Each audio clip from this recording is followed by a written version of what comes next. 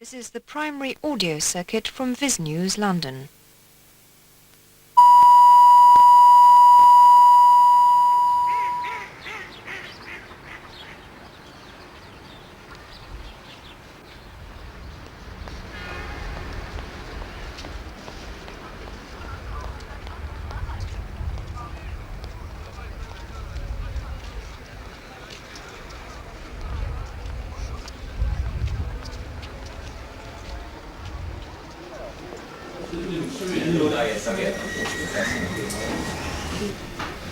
Mums vajadzēja mūsu Tautas frontes deputātu frakcijai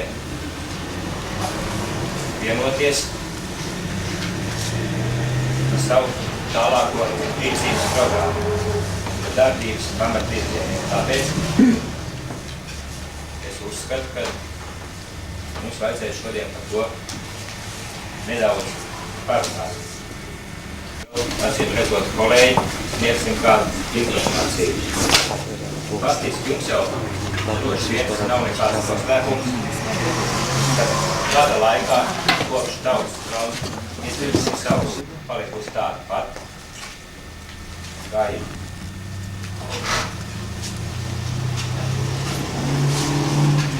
Spēlūši tomēr nekavēt, kolēģi.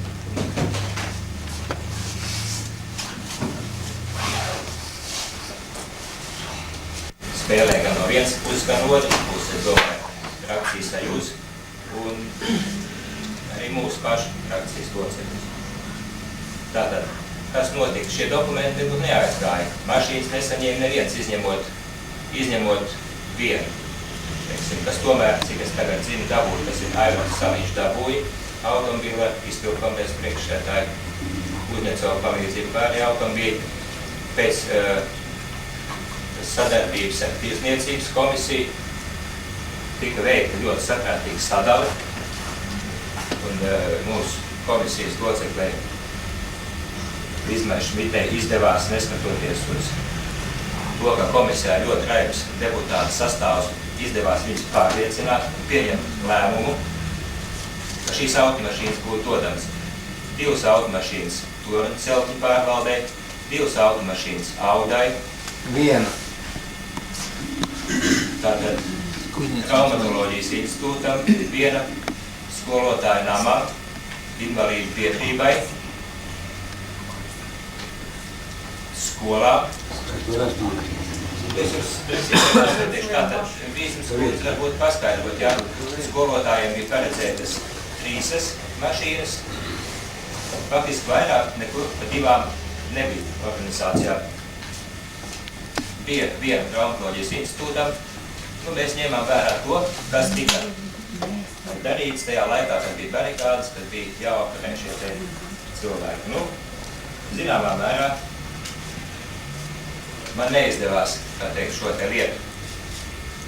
Arī Babišķevičs kungs, kā teikt, mēģinājām šo lietu noturēt, lai viņa neiegūtu lielāku un plašāku reklāmu, jo tas notika tajā ceturtdienā pirms aptaujas. Tas būtu, kā teikt, diezgan nepatīkama reklāma un nepatīkams trieciens. Nākamā dienā tika sasaukt frakcijas sēde, jautājums tika apspriests. Faktiski nekas uz to brīdi nenotika. Vienīgā informācija, kas varēja aiziet, tā bija, tā kā prezidijs mums ir nepilnībā Tautas frontes kontrolē. Šeit bija Sajūtas frakcijas vadītājs Šimjākins, kurš lepnā teicās no viņam piedāvātās automašīnas. Jau negaidīt viesi.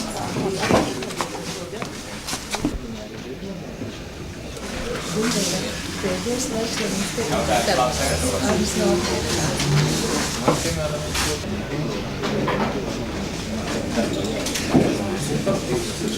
jau bija jūties.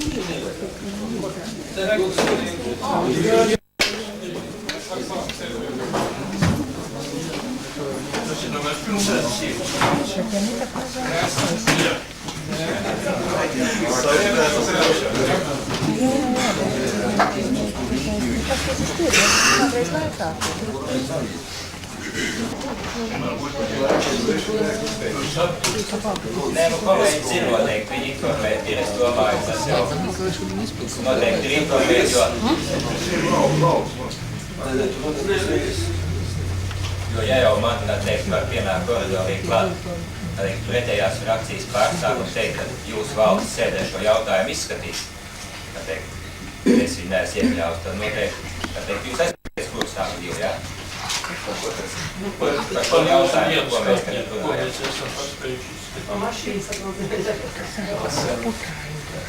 Labi, nē, ne tik daudz. Mums ir zināma krīzes situācijas, varbūt īsumā, ja, kad ir notikusi distancēšanās starp Tautas fronts frakciju un Tautas fronts valdi, nerunājot par Tautas fronts biedriem. Tātad, pirmkārt, ja, kurus vēl gribētu vērst uzmanību, Tautas fronts darbojās atklāti. Šajā gadījumā es jums minēju padomus priekšsēdētāju vietnieku, uz kuru daži mūsu deputāti cenšas viņu iesaistīt, kaut viņš nav Tautas fronts loceklis, Tautas fronts frakcijas darbā un sarunās citiem grupējumiem. Tāpēc pēc viņa priekšlikuma šīs te sēdes protokols netika vests, lēmums netika fiksēts. Tā ir viena lieta. Otra lieta, ko es esmu teicis, ja? Un tas arī sesijā tika nolēmts, kad mūsu deputātu frakcijas, šis te, es runāju taisn par prezidiju, biedrības koeficients darbībai, nekā nav lai iziet no šīs situācijas, ir deputāti un frakcijas biedri, locekļi,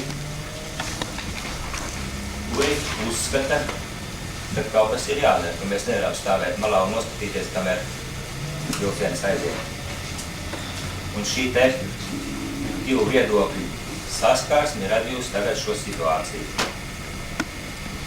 Kad tiek, redziet, es kādreiz strādāju savādākā darbā, ja? Tas varbūt tā kontekstā.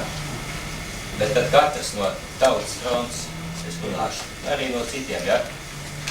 Padomus locekļiem redz centrā tikai sevi, šajā struktūrās sevi, pakārto izejot no sevis visu pārējo, rada mākslīgus veidojumus, kas nav, kā praksa pierāda, darba spējīgi, to daļu sakojuši un meklē izēj no šīs te krīzes. Tātad varbūt sāksim tā. Bija šeit minēts, teiksim, viena problēma. Tā problēma tām automašīnām nebija, teiksim, tā bija tāds tipiski nelaime. Tas pēkšņi uzskats. Mēs esam mēģinājuši pārņemt padomē varu visādiem līdzekļiem. Tas ir aizgājis līdz bezjēdzībai. Mēs esam 3 reizes mēģinājuši nomainīt padomus priekšsēdētāju. Tas ir izpildu komitejas priekšsēdētāji, atvainojos, Uzņemcovs. Un 3 reizes mēs neesam to izdarījuši.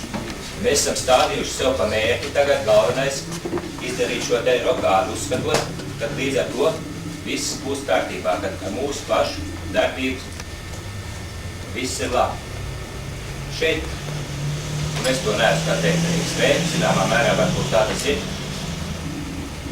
liels pretenzijas, es esmu arī izteicis savā laikā, ir bijušas un runājis es esmu, man ir bijušas ar Šilmaņu kungu, mūsu izglītības komisijas priekšsēdētāju. Tāpat ar dzīvokļu komisiju jautājums ir smags un tur ir nevis labākajā kārtībā. Es šeit nepieskaros tiem prezidiju locekļiem, kur neietilpst mūsu frakcijā, bet daļa mūsu padomes Tautas fronts deputātu uzskats, ka viņiem ir jāpiedalās mūsu sarunās un visur kā līdzīgiem, kaut arī nav fronts biedra. Tātad šeit ir stāvokļa izmantošana, teiksim, no viena, kā teikt, ekoloģiskās komisijas priekšsēdētāja, lai iegūtu ieģeļus savai privātu mājas būvē un kokmateriālus. Tas nekas, ka viņš balso kādreiz tā kā mūsu frakcijā, tas ir nepieciešams. Līdz skundz gribētu es arī piekrītu, ka tie ir tīrie meli. Un kauns būtu to cilvēku priekšā, kuri zina, ka tie ir meli, runāt par to. Es atvainojos, lieta ir pavisam vienkārši. Kāpēc mēli? Šeit ir tās valsts loceklis, Gabriels. Es pasteiktu. В общем, я, в принципе, не согласен с этой информацией, потому что она односторонняя, да? Я бы, конечно, не сказал, что здесь все вранье, часть есть, и я тоже поддерживаю, да, сказанное, вот, но, в принципе, я не согласен, потому что эта информация односторонняя и извращена, то есть все поставлено с ног на голову, да, отчасти. Но отчасти я согласен. Varbūt lūdzu tā konkrētāk, ja jūs sakat mēli, bet... Ну, допустим, насчет этого распределения машин, да, у меня тоже такое двойственное чувство, потому что я сам лично слышал, как ты подошел и требовал себе квартиру и так далее, то есть был здесь такой типа шантажа, типа какой-то, я не знаю, момент использовать хотел, да, так что я тоже не знаю, ты всерьез это говорил, или ты говорил это в шутку, да, я тоже этого не понял, да, и я не могу сказать, что здесь что-то такое делили, потому что президиум уже был закрыт. То есть это даже было объявлено, что президиум закрыт. И в конечном итоге, когда это собеседование зашло в тупик, что там уже хотели 12 вроде бы желающих, да, получить машину, да, Салыч сказал, все, на этом кончено, никакого решения мы не принимаем, встал и вышел. Да? И остались 3 человека или 4, да, которые еще продолжали там дискутировать на эту тему. Kas pasūdzīja? Lūdzu, kas vēl vēlas izteikties? Nu, bija priekšlikums dot frakcijas priekšsēdētājiem Es vārdu. tikai arī īsumā gribēju, ja es te pateicu, ka tie ir meli, tad man ir tomēr jāpaskaidro. Jo tik tiešām attiecībā par tām mašīnām Lasmai kungam vajadzēja zināt, un es jau izteicu, ka visas tās epopējas sākums ir tieši Lasmai kunga iniciatīva, kad saņemot vispārīgā nodaļā to vēstuli, skaidri ar mērķi, lai prezidijs sadalītu tās mašīnas, pārkāpjot visus, teiksim, gan ministru padomus lēmumu, kas paredz izpildkomiteju dalīt, jeb sekcijas lēmumu, kas paredz komisijai dalīt. Nezinu, kas jums neizdevās tā, kā jūs gribējāt, ka pēc tam sākās tas teātris ar frakcijas sēdes, ar frakcijas sasaukšanu un tā. Bet jūs bijāt iniciators tam, lai tā mašīna sadalīšana notiktu prezidijā, kas jau bija pat par sevi nelikumīgi. Jautājumi vēl? Jā. Es neesmu prezidiju loceklis, es revizijas komisijas priekšsēdājs. Kas vadīja prezidiju sēdi tādā gadījumā? Lasman kungs. Pēter, Ir kopīgi jūs klasifikācija atnesāt to Pašlaik vēstuli. jautājumu uzdot tev, neizsāks pašlaik diskusiju. Jā, es varu pateikt, Pēter, tu biji tas, kas atnesi kopā ar Signi vēstuli un pateici, ka tās mašīnas dalīs prezidijā. Nē, absolūti ne tā. Tu nebija klāt, absolūti ne tā. Es nekādu vēstuli bija pie padomus priekšsēdētāju. Vēstules man nebija. Un teiksim, teikt tā, ka pēc tam tikai, ka tā komisija sadalīja, tad es teicu, Pēter, tu tavi nošēl nav nekāda, kā komisija sadalīja vai kā pēc tam tika.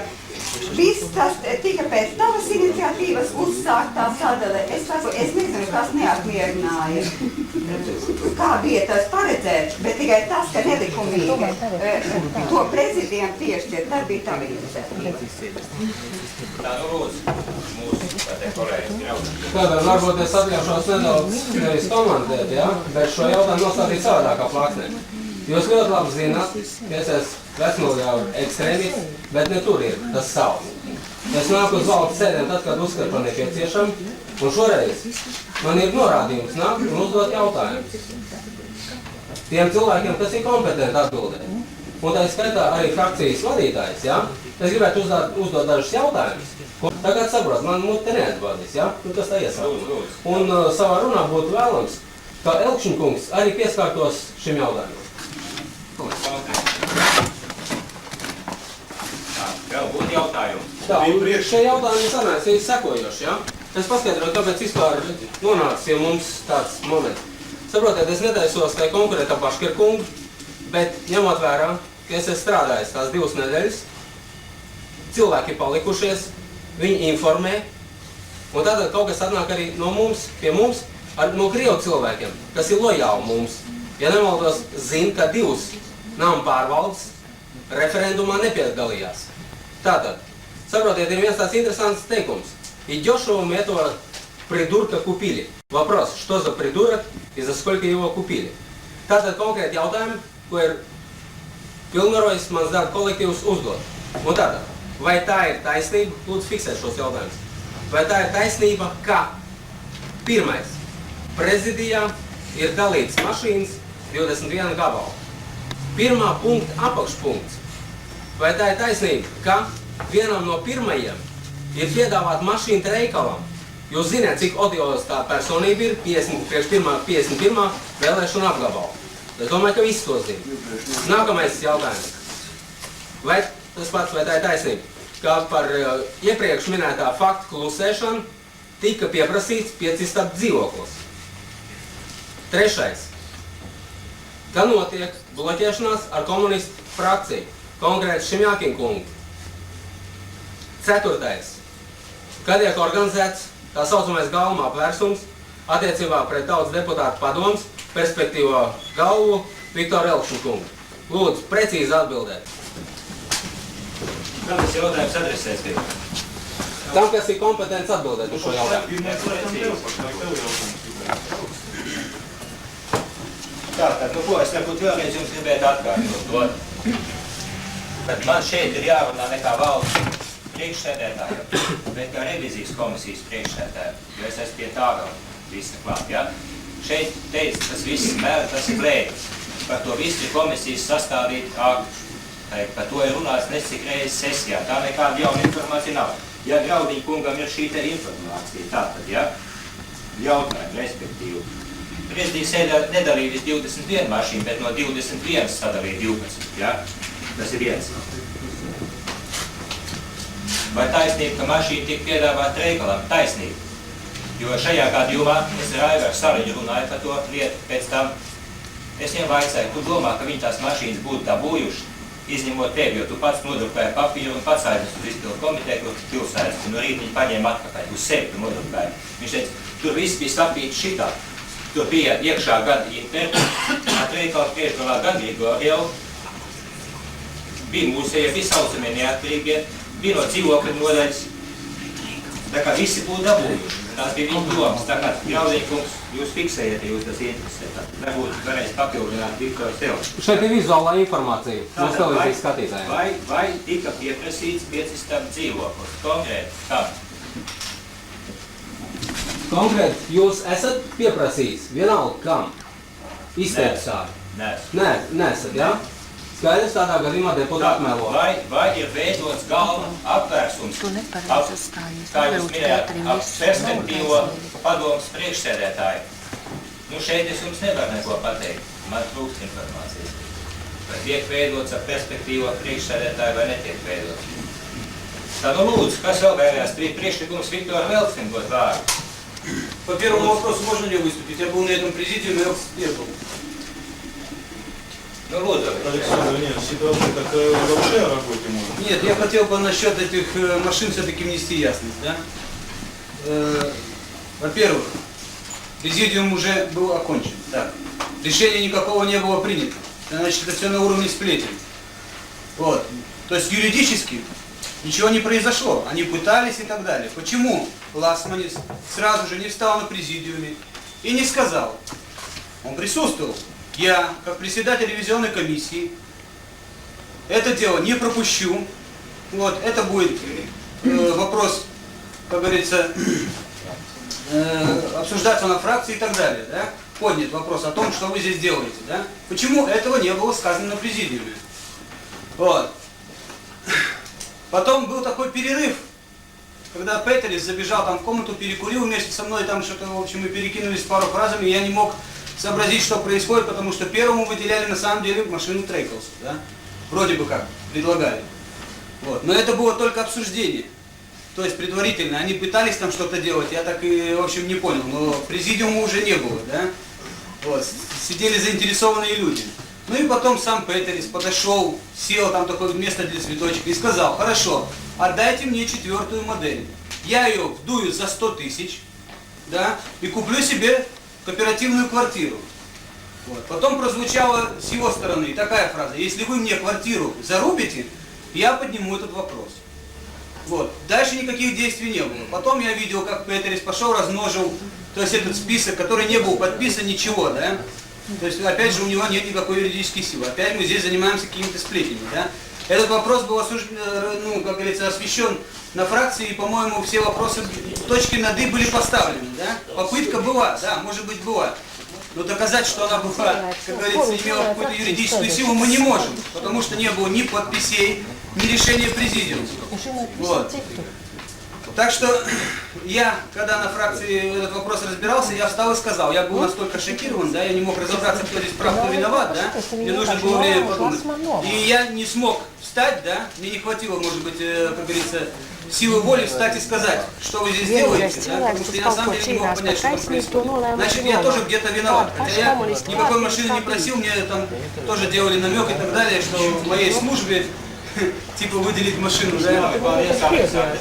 Tātad es saprotu, ka teikt interesanta situācija, man liekas. Jūs saprotat, kāpēc... Jūs komentēsiet katru vai dosiet vārdu katram? Pirmajā brīdī, ja tas skar tieši tagad epizodis, kā tas bija, ja? Jūs tagad zināt precīzi tātad, ja, šo te lietu. Tad pirmā doma ir tāda, kad var tagad izvērtēt tās sekas, kādas būtu pēc tam. Ja tas viss tiešām nekas nenotika, izņemot vienu papīru, ko no izpildu komitejas pilsēta paņem atpakaļ, ja? Tas vēl bija šeit, saka, nebija parakstu, nebija zīmols. Tas man mums jautājums. Atpakaļ jūs runājat par dokumentiem. Tagad jūs sakat viens papīrs. Kad jūs melojat? Ja var tagad izvērtēt uz šo brīdi to, kas būs pēc tam ar fronti, ar aptauju, ar deputātu status pie tam no fronts, un izvērtēt, ka tas autors šoreiz ir svarīgāks nekā tas, kas būs pēc tam, tad man radās pārliecība, ka nākošreiz var pārdoties pa leduskapu vai pa šlimašīnu. Un tas notika, kā Saša varbūt neatcerās, es atstāju prezidiju plēšoties savā starpā pa šīm te automobīļiem. Aizbraucu uz bērnu dārstu savam puikam, pagāju stundā, atbraucu atpakaļ un paņēmu šos te papīrus, tik tiešām es tos dokumentus saucamos. Paņēmu un nekas nenotika, tik tiešām nenotika. Bija frakcijas sēde un viss bija mierīgi. Un tāpēc, redzot jūs, šodien tik daudz uzaicināts. Tas ir, man vairs nav nekādu šaubu, ka jautājums ir gatavots, un jautājums tiek gatavots stādīts vienā virzienā, kad šajā gadījumā, es pat teikšu, Lasmans ir kļuvis par šķērsli šeit prezidijam. Un šeit jautājums ir skaidrs, arī Viktors Elknis šorīt no rītas bija telefons ar un es sapratu to, ka šeit ir šajā sēdē valsts priekšsēdētājs jānomaina. Es tikai nevaru saprast vienu. Ja es neļāvu, kā teikt, izmantojot savu to, ka es esmu revīzijas komisijas priekšējais šīs automobīļus sadalīt, un es redzēju tās sekas, kas būs šai gadījumā, sitiens tiek vērsts tā, tad te ir viena kolēģi un otrs, it kā es esmu izprovocējis padomus priekšsēdētāji dalīt nelikumīgā veidā automobīļus, un viss tās tālākās sekas. Labi, lūdzu, es nerunāšu jūtu. Man šķiet, ka te būs sapulces vadītājs vispirms jānomaina. Pretējā gadījumā mēs ejam jo tālāk miglā iekšā, un pa katru cenu cenšamies mūs novest domu no galvenā jautājuma. Daudz smirdīgāk nekā šīs mašīnas. Jautājums ir par frakcijas darbību. Kad beidzot dosim? Es domāju, dosim priekšlikam vārdu par frakcijas darbību. Lasmaņkungs, man ir priekšlikums. Atcerieties mūsu konferenci. Vienā situācijā bija, kad patiešām konferences vadītājs tika nomainīts. Man ir priekšlikums izvēlēties citu sēdes vadītāju. Es neredzu. Es lieku priekšlikumu, un es lieku priekšā, ja citiem nav vienu no tiem, vai Klimāvičus kungs, varbūt viņam ir pieredze, Kļaviņa kungs, tieši no tiem cilvēkiem, kas toreiz vadīja konferences. Tas jūs otrais priekšlikums. Es domāju, sāksim ar jūsu pirmo priekšlikumu, un tagad dosim vārdu Elkšņikungam, lūdzu. Es nesapratu problēmu. Tādos gadījumos nobalso tikai priekšlikumi. Kāda Vajag nobalsot pēcīt. Nu tā taču nevar. Nē, lūdzu nobalsot. Es domāju, ka jāievēl par priekšnieku tas, kas nav iesaistīts tajā lietā. Pēters tā arī nav iesaistīts. Kādā veidā viņš ir iesaistīts? Tikai tāpēc, ka viņš cīnījās ar visām tām trūcībām.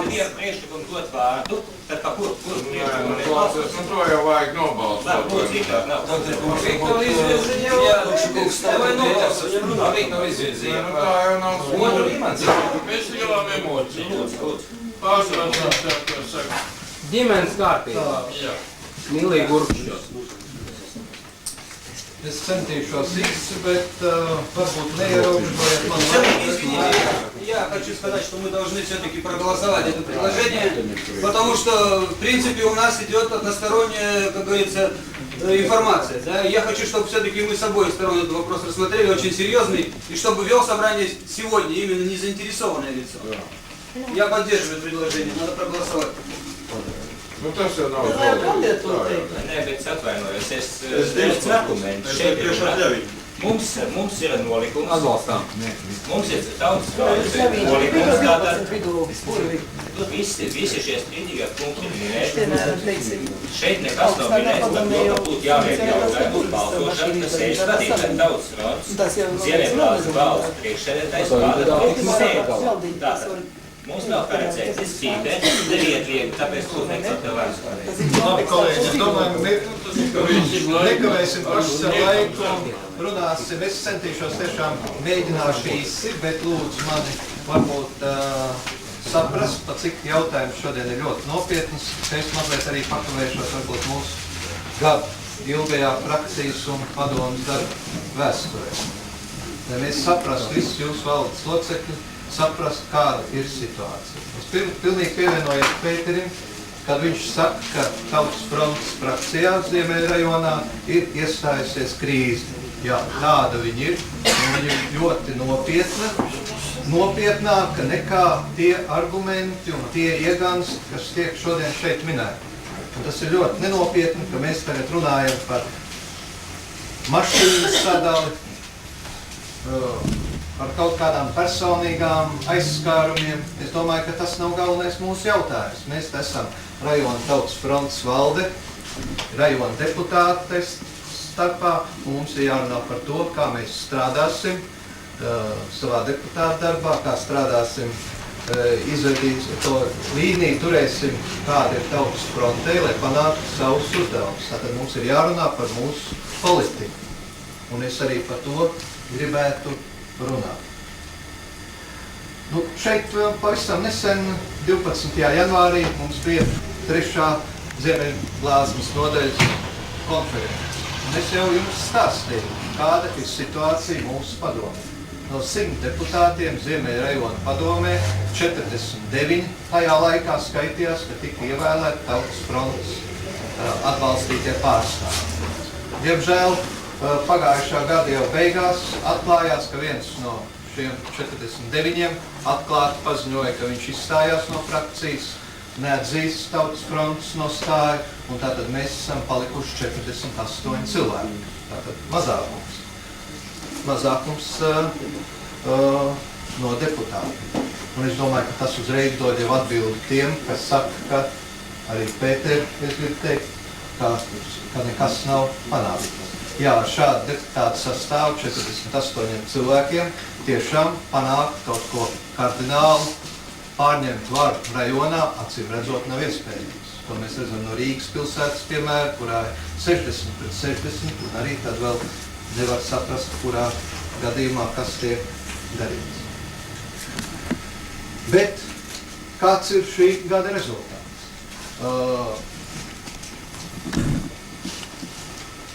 Atcerēsimies, kad mēs nodibinājām, tātad mūsu ievēlēja padomē.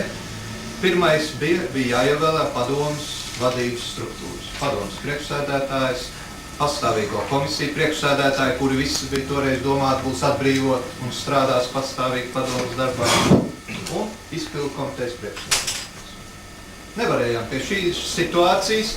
Arī pretējā puses kaut gan bija 51 cilvēks baidījās, tomēr iziet uz asumiem uz atklātu balsošanu un nāca ar priekšlikumu, un mēs pie tā arī palikām, kad balsošana par šīm amatpersonām būs vienā blokā.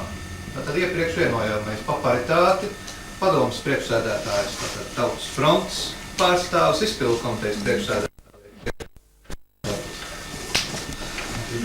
Interfronts sauksim, tas ir Sajūz grupa. Un tā tālāk puses komisijas, tātad mūsu puses viņa.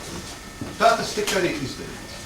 Tā tas tika izdarīts, un rezultātā praktiski padomas darbs tika paralizēts. Tātad puses pret pusi, jebkurā prezidijas sēdē, kā vajadzēja pieņemt kādu nopietnu lēmumu pieņemt vienkārši nevarēja. Ja tas aizskār vienas vai otras puses intereses, tātad par šo vairākumu pēc reglamenta tātad jābalso prezidija locekļu vairākumam, jautājums netiek pieņemts. Tāda bija situācija. Bet gada laikā mēs sākām manīt to, ka daudz to 51 cilvēku bloku, kas ir Interfronts bloks, Krievu cilvēki viss, varējām redzēt, ka vairāk cilvēki ir neapmierināti ar šādu situāciju. Darbs uz priekšu neiet, tikai politiskas cīņas, vārdu kaujas, nevienu reālu jautājumu mēs nevarējām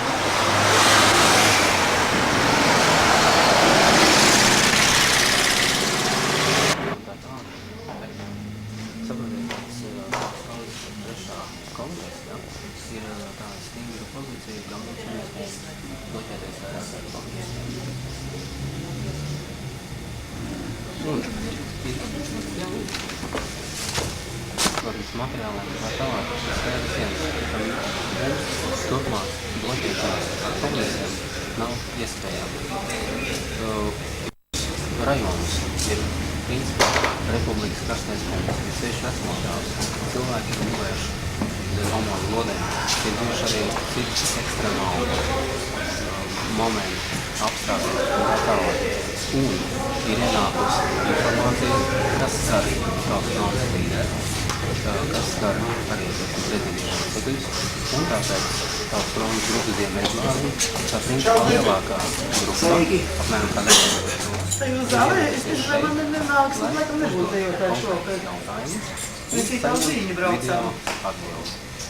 Principā tas viss, ko es iesāku. Jā, bet viņi varbūt, ka, es nezinu, lai viņi vēl šokad mēģinās. Ja viņi nāk, mums būs jāspēr.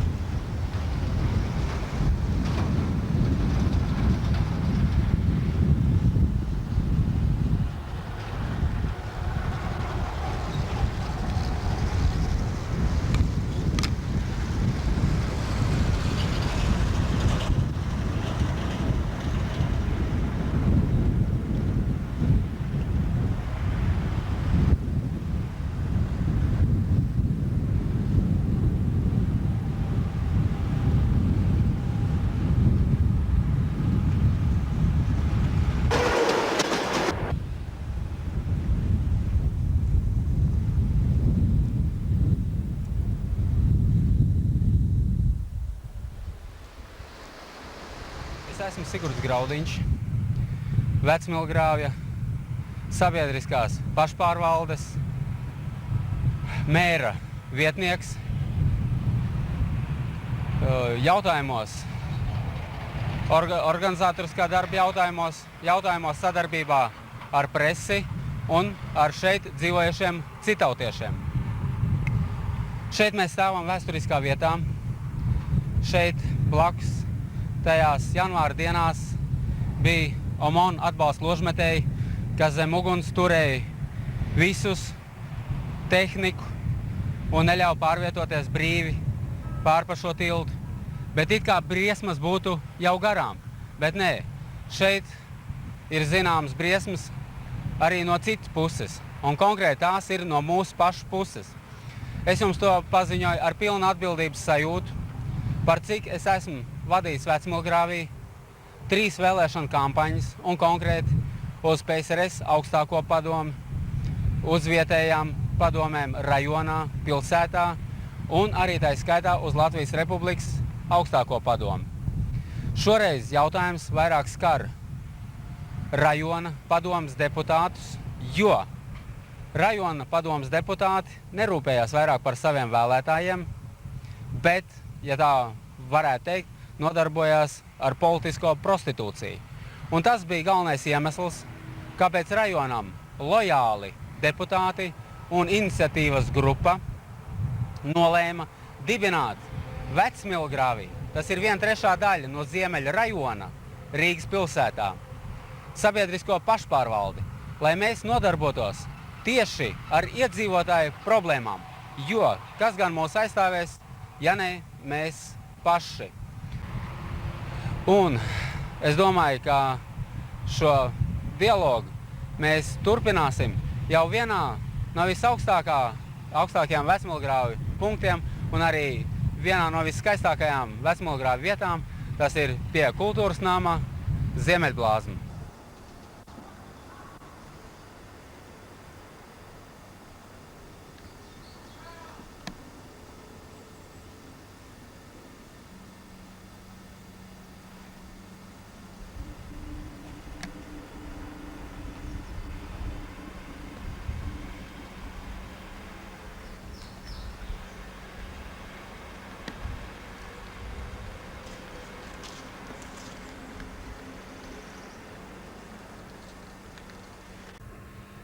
Mums pat labāk ir jārēķinās un jālabo tās LTF toreizējo līderu galvenās kļūdas un personīgi Ivāna, Šteina, Laķa, Škapara un citu kungu darbībā.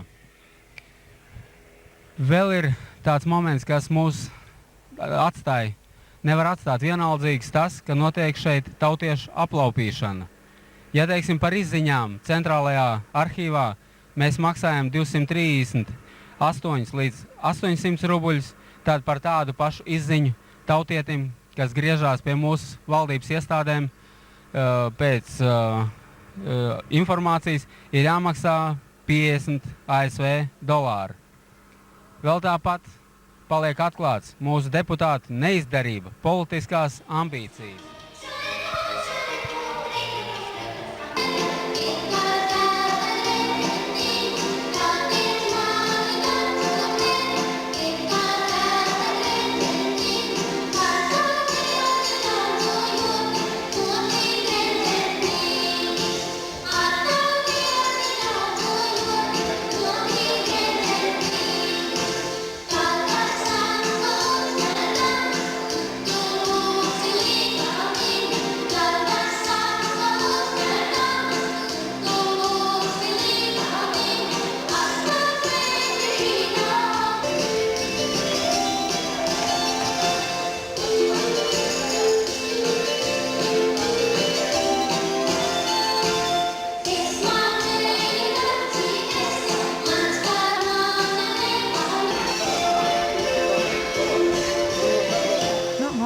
Ļoti brīnišķīgs uzaicinājums ir piedalīties Rietumkrasta 12. dziesmu svētkos, pēc tam 5 nedēļas pavadīt vidusskolas nometnē kursa, kur mums vajadzētu satikties ar Amerikas latviešiem, ar viņiem kopā palīdzēt viņiem apgūt viņu mātes dzimto valodu, tas ir mūsu latviešu valoda, un savukārt mums viņi būtu noorganizējuši 2 nedēļu apmācību angļu valodas mācībām.